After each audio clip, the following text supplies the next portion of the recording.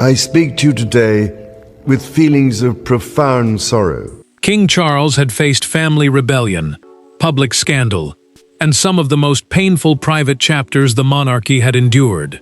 But nothing prepared him for the legal confirmation placed before him that morning. The royal family archives, the private letters, sealed correspondence, personal journals, historic memoranda, and records carrying generations of Windsor secrets would not ultimately pass under his chosen control. The lawyers had confirmed something far more personal. Catherine would inherit them. Before we go deeper into what this really means for the royal family, make sure to subscribe so you don't miss a single update. Charles stared at the final page as the room seemed to narrow around him. Palace lawyers had formally confirmed that Catherine, Princess of Wales, was the designated inheritor and future custodian of the royal family archives. A custodian, in simple terms, is the person trusted to preserve, protect, and control access to sensitive records. This was not a ceremonial honor. It placed generations of family memory into a line of responsibility that would one day move beyond the king's control. William watched his father reach the final paragraph and lower the papers to the desk. The prince said nothing at first. He understood why those pages mattered. The archive held sovereign correspondence, household records, handwritten notes, annotated documents, and letters capable of changing how future generations understood the Windsor family. Charles was not looking at ordinary paperwork. He was looking at pieces of marriages, arguments, loyalties, regrets, and decisions that history might someday judge without him there to explain them. The silence grew heavier when Charles finally asked whether the arrangement could be changed. One lawyer answered carefully. The king held authority over certain records during his lifetime, but the future succession mechanism, the legal structure deciding who receives responsibility after the present holder, had been built with protections that could not be casually rewritten. That detail struck harder than the inheritance itself. Someone had designed this system long before today's crisis, knowing that a future monarch might want to interfere. Charles leaned back but did not look away from the file. Catherine had not demanded the archives, and that almost made the moment worse. His distress came from realizing that the monarchy's private memory would eventually pass through a guardian he could neither simply replace nor command to reshape it. William saw the fear behind his father's anger, yet he also knew another truth was waiting outside that room. Catherine had not yet heard the full terms, and when she finally learned what she was being trusted to inherit, her reaction would turn this from a legal shock into something painfully personal for all three of them. To outsiders, the decision looked almost ceremonial. One senior royal eventually handing historic records to another. Inside the family, it meant something completely different. For Catherine, the archives represented an enormous burden she had never publicly sought. For William, they touched the legacy he would one day inherit as king. And for Charles, they contained pieces of a lifetime: letters, wounds, loyalties, arguments, and memories that no crown could make emotionally harmless. Catherine listened as the private explanation reached its most sensitive point, then folded her hands and remained silent. Only after several seconds did she ask whether Charles already knew. The answer changed her expression immediately. She understood that being named future custodian meant far more than receiving historic material. A custodian is the person responsible for preserving records, controlling appropriate access, and protecting them from loss or misuse. For her, that responsibility now included documents capable of shaping how generations might understand the family she had married into. William felt the weight differently. He knew his future reign would inherit the consequences of everything preserved from the generation before him. Yet Catherine had been placed between those records and any future attempt to control them for convenience. The prince had expected responsibility to move toward him as the future king. Instead, the legal structure separated royal authority from historical custody. trusting his wife to preserve material even when its contents might become uncomfortable for him. Charles could not call it betrayal, because Catherine had done nothing to seize the role. That truth made his reaction harder to explain. The king felt exposed. Somewhere inside those collections were private letters, handwritten reflections, household exchanges, and records tied to choices he had spent years surviving emotionally. Knowing another person would eventually control access to that material made him feel as though part of his own life had already been placed beyond his reach. Catherine lowered her voice when the briefing turned to the sealed collections. Some records, she learned, were governed by separate instructions that prevented them from being casually destroyed, withdrawn, or hidden forever once they entered the protected archive structure. Those safeguards existed to preserve historical continuity, meaning one generation could not simply erase material because it became painful. She immediately understood why Charles would find that frightening. William then learned why Catherine had been selected. The criteria emphasized discretion, continuity, distance from older family battles, and a willingness to preserve history rather than reshape it to protect individual reputations.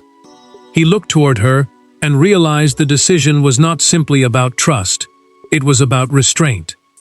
Catherine asked the question neither man could ignore: who had created protections strong enough to survive a monarch's objections? Charles already sensed the answer would lead backward, toward a moment the family had nearly forgotten. And buried in that past was one private encounter that had changed everything. The decision that shattered Charles did not begin with Catherine, and it did not begin with lawyers. It began during a quiet private meeting years earlier, when a dispute over a collection of family letters raised a disturbing possibility. Future generations might inherit only the version of royal history that those in power wanted preserved. What followed was not a public decree, but a guarded conversation whose consequences would stay hidden until those papers finally returned to haunt the king. Charles had always understood why sensitive records created tension inside the family. Historians wanted preservation, relatives wanted privacy, and palace officials feared that private letters could be stripped of context decades later and turned into weapons. The royal family archives had therefore become more than a store of old documents. They were the place where private memory and public history collided, and whoever controlled access could influence how entire lives were eventually understood. Catherine slowly earned trust because she rarely treated the past as ammunition. She approached heritage matters with patience, asked more questions than she answered, and showed little interest in using old disputes to strengthen her own position. That restraint mattered. William noticed it too, especially when conversations about difficult family material became tense. The prince could sympathize with his father's instinct to protect painful records. Yet he also understood the danger of allowing each generation to remove whatever made them uncomfortable. Then one meeting changed everything. In 2019, at Windsor, Charles became involved in a tense private discussion over a packet of handwritten family correspondence that had been prepared for cataloging. The letters were temporarily withdrawn while senior figures argued over whether they should remain inaccessible forever. A catalog is simply the formal record used to identify and organize archived material, so removing something from that process could determine whether future researchers even knew it existed. Catherine witnessed the aftermath rather than the argument itself. She saw how quickly preservation had become personal, and she asked one quiet question that stayed with everyone who heard it. Who decides after all of us are gone? William immediately understood the force behind those words. His father did too, although the king disliked what they implied, that a monarch's judgment might one day require limits. That moment became the trigger. Legal advisors and archive trustees began developing a protected future custody mechanism designed to keep sensitive material preserved even when powerful family members wanted it hidden. Trustees are people legally responsible for protecting assets or records under agreed rules. meaning they cannot simply follow personal wishes. Catherine was eventually selected because the role demanded distance from the reputational battles contained inside those files. Charles now understood exactly what the old Windsor conversation had produced. The safeguard he once resisted had survived long enough to place his own history beyond his complete control. And this time, he would not argue with lawyers. He would confront Catherine himself. There were no raised voices when Charles finally confronted Catherine. That made the encounter more painful. With no advisors between them and the legal papers resting untouched nearby, the king asked a question that carried far more weight than its words suggested. Did she truly understand what she was being given? Catherine knew immediately that he was not asking about shelves, files, or preservation. He was asking whether she understood she would someday hold his memories. Charles had requested the conversation after exhausting the legal explanations he had already received. He wanted the issue stripped of formal language and treated as something painfully personal. Catherine entered knowing she had not created the arrangement and did not yet physically control the archives. Still, she understood that walking away from the future responsibility could unravel years of preparation. The legal structure behind that responsibility was designed to preserve continuity, meaning the records would pass through an agreed system rather than depend entirely on one person's wishes. The king pushed the papers slightly toward her and finally asked, "Do you understand what you're being given?" Catherine did not rush her answer. She told him she understood what she was being asked to protect. That single word changed the temperature of the conversation. Charles heard an accusation inside it, as though the family's history required protection from the sovereign himself. Catherine held her ground. She did not apologize for a system she had not designed, and she did not pretend the role was something she had chased.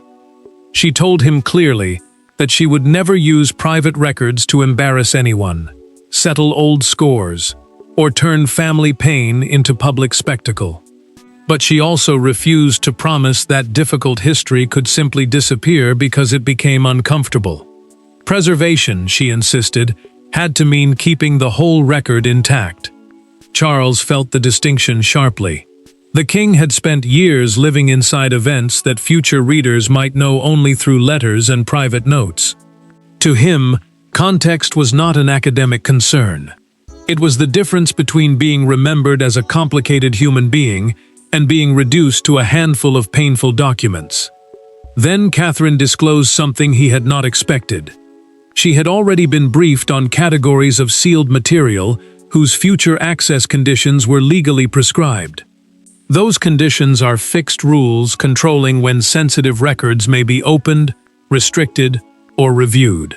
She understood more about the structure than Charles had assumed, and that knowledge made the distance between them feel suddenly greater.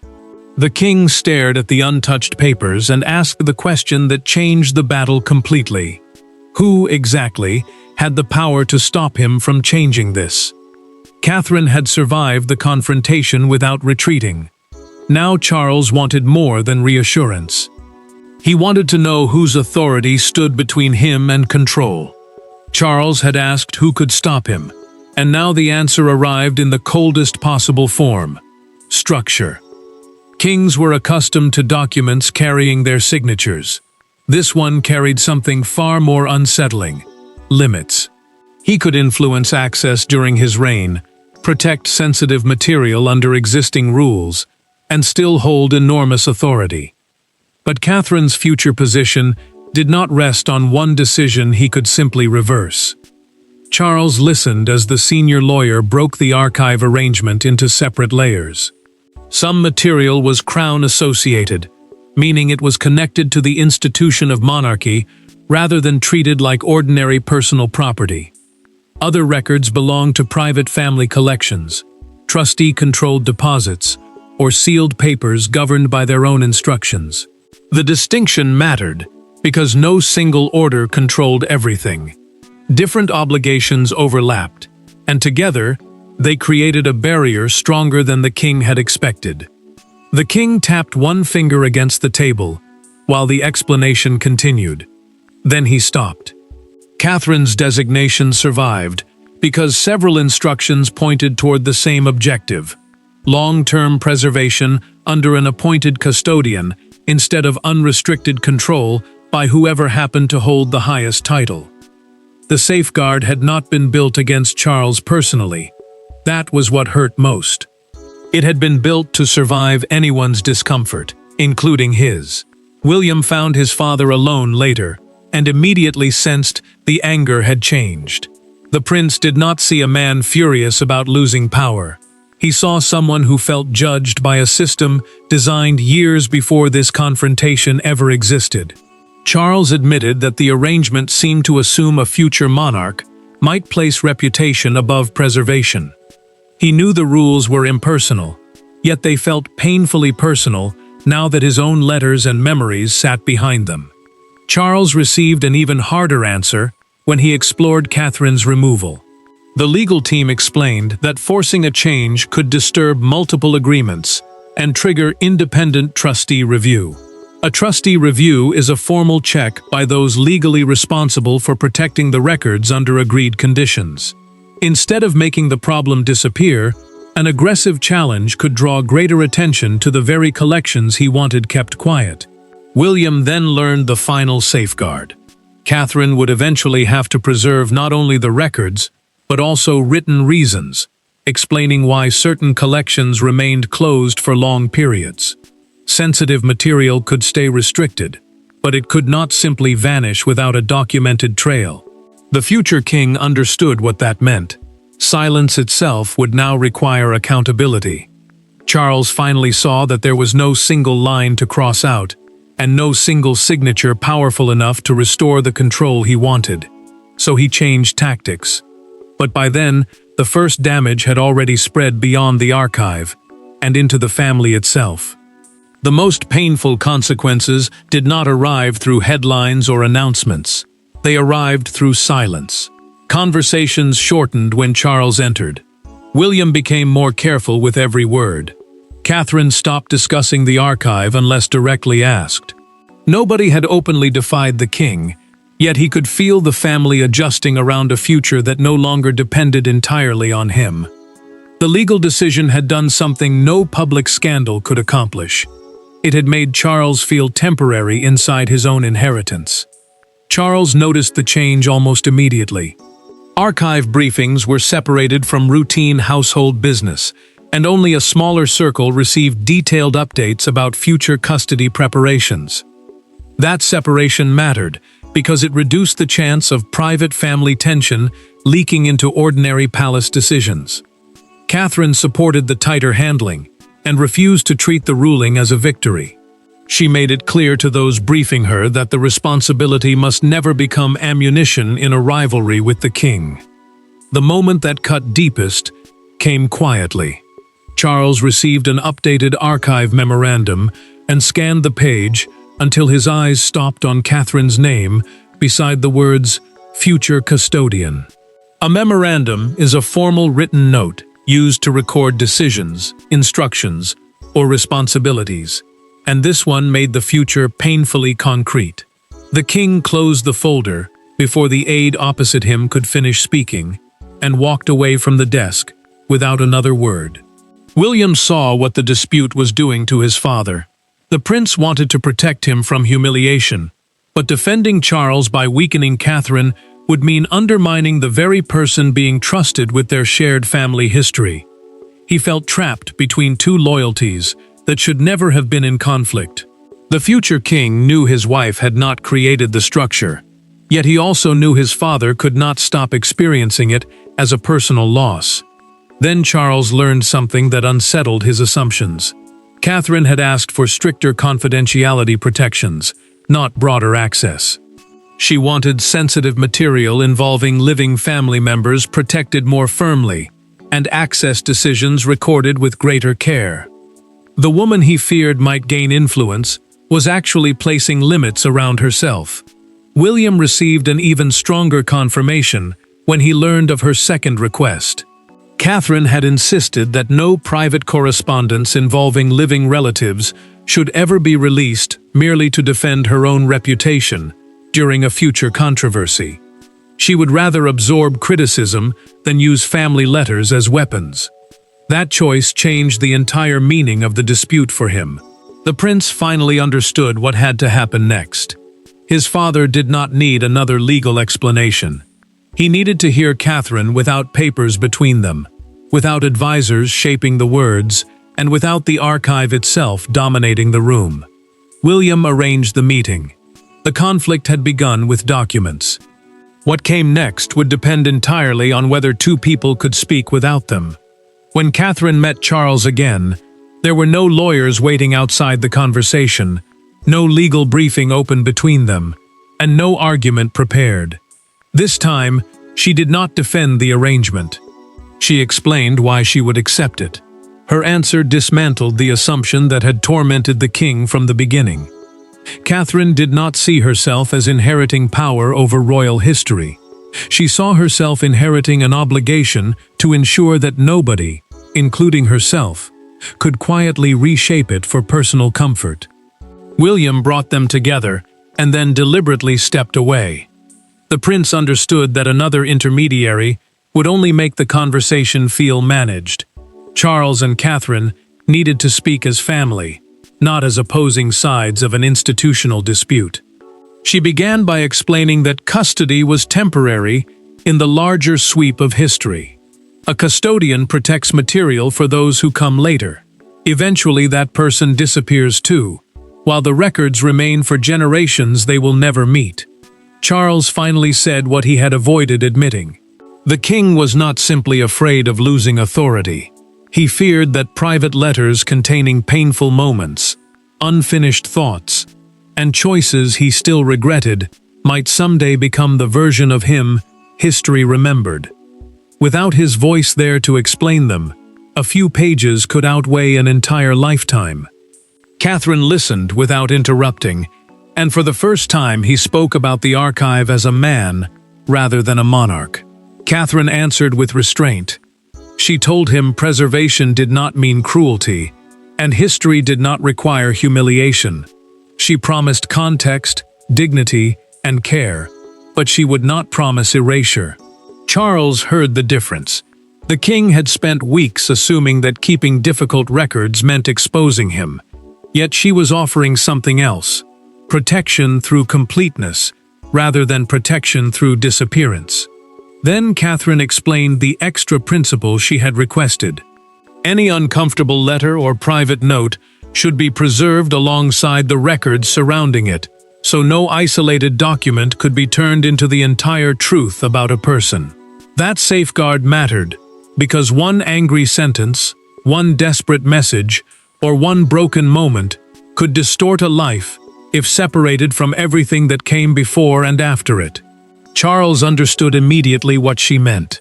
The realization shifted something inside him. The king saw that destroying troublesome material might protect him for a moment, but preserving context could protect him for generations. Catherine's judgment no longer looked like a threat. It began to look like the very shield he had been trying to build for himself. Their private breakthrough should have ended the crisis quietly. Instead, word of Catherine's future custody reached the wider world. And overnight, Britain began deciding what her inheritance meant for the monarchy itself. By morning, the story was no longer about a wounded father-in-law and the woman entrusted with his family's papers. It had become a national argument about memory, monarchy, secrecy, and trust. Catherine's name was suddenly attached, not merely to ceremonial continuity, but to the preservation of generations of royal history. Some saw extraordinary confidence in her judgment. Others saw unprecedented responsibility. Yet one image outside Windsor captured the public mood better than any commentary could. William watched the coverage with growing unease. Broadcasters were already calling Catherine the keeper of the Windsor memory, a phrase that sounded flattering but carried a dangerous edge. The prince knew public praise for his wife could easily be turned into criticism of his father. Custodianship, in plain terms, meant responsibility for preserving and controlling access to historic material rather than owning it for personal use. Yet outside the family, that distinction was already being blurred into a story about influence and succession. Charles saw the same reports and reacted in a way that surprised those around him. The king did not demand a correction and did not ask aides to challenge the language. He simply remarked that Catherine would have to carry an extraordinary weight. That response mattered, because only days earlier he had treated the arrangement as something being taken from him. Now he was beginning to see the burden attached to the role, not just the authority others imagined came with it. Outside Windsor Castle, the story became impossible to contain inside palace language. A small crowd gathered as newspapers appeared, carrying Catherine's portrait beside the words, "Keeper of the Crown's Secrets." One woman held the front page toward television cameras, while another pointed toward the castle gates. The image spread quickly, because it captured the public argument in a single moment. One woman, one future responsibility, and centuries of private royal history suddenly placed beside her name. William understood why the reaction was growing. The archive arrangement created a bridge between his father's reign and his own future, without placing the family's historical memory entirely under either king's personal discretion. That separation was what made the decision so unusual and so powerful. Catherine would stand between generations, not as a rival to royal authority, but as the person expected to preserve what both generations might one day find uncomfortable. Charles listened as the debate continued, and no longer looked angry. The king understood that the world had already assigned meaning to the decision, and he could not control that either. The legal battle was effectively over. Now only one choice remained: whether he would see Catherine's inheritance as a judgment against him, or as protection for everything he would leave behind. Charles did not lose his crown, his authority, or his place in history. What he lost was the comforting belief that history could remain entirely in the hands of the person living through it. Catherine's inheritance forced him to confront something every monarch eventually faces. A reign belongs to one person only while it is happening. Afterward, it belongs to memory. And by the end of the crisis, the king finally understood why the person preserving that memory could not simply be its author. Charles now accepted that the legal position would remain intact. Catherine would eventually become custodian of the protected royal family archives, while present-day access and management would continue under the existing rules of his reign. Custodianship meant responsibility for preserving and controlling access to historic material, not personal ownership. That distinction mattered because it allowed the monarchy's memory to pass forward without turning the archive into an extension of any one sovereign's wishes. William no longer saw the arrangement as a threat to kingship. The prince understood that his future crown and Catherine's responsibility served different purposes. One would carry authority, the other would carry memory. That separation gave the family something neither role could provide alone: continuity, without allowing the past to be rewritten whenever it became painful. Charles met Catherine one final time and told her there would be material she might find difficult to read. The king did not hide behind formal language this time. He admitted that some letters would show anger, weakness, regret, and choices he wished had unfolded differently. She did not offer false comfort. Catherine simply promised that the people inside those records would be treated as human beings, not as exhibits created for future judgment. The king placed his hand on the closed legal file and paused. Then he pushed it toward her instead of pulling it back. Nothing needed to be said. Catherine understood that the gesture was not surrender to her. It was surrender to the idea that no one person should control the whole story. Catherine made her position equally clear. Triumphs would remain beside failures. Love would remain beside conflict. No scandal, private letter, painful romance, or family dispute would be allowed to become the complete definition of Charles or any other Windsor. Context would protect them more honestly than silence ever could. Charles finally understood what had shattered him from the beginning. The system he feared might actually preserve his legacy better than personal control ever could. Catherine had not won. The king had not lost. William had watched both of them accept something larger than themselves. The archives would outlive them all. And in trusting Catherine to preserve the whole truth, Charles finally accepted the hardest form of legacy, not choosing what history remembers, but trusting someone strong enough to preserve it. Thanks for watching. Please don't forget to like and subscribe, and we will see you in next one.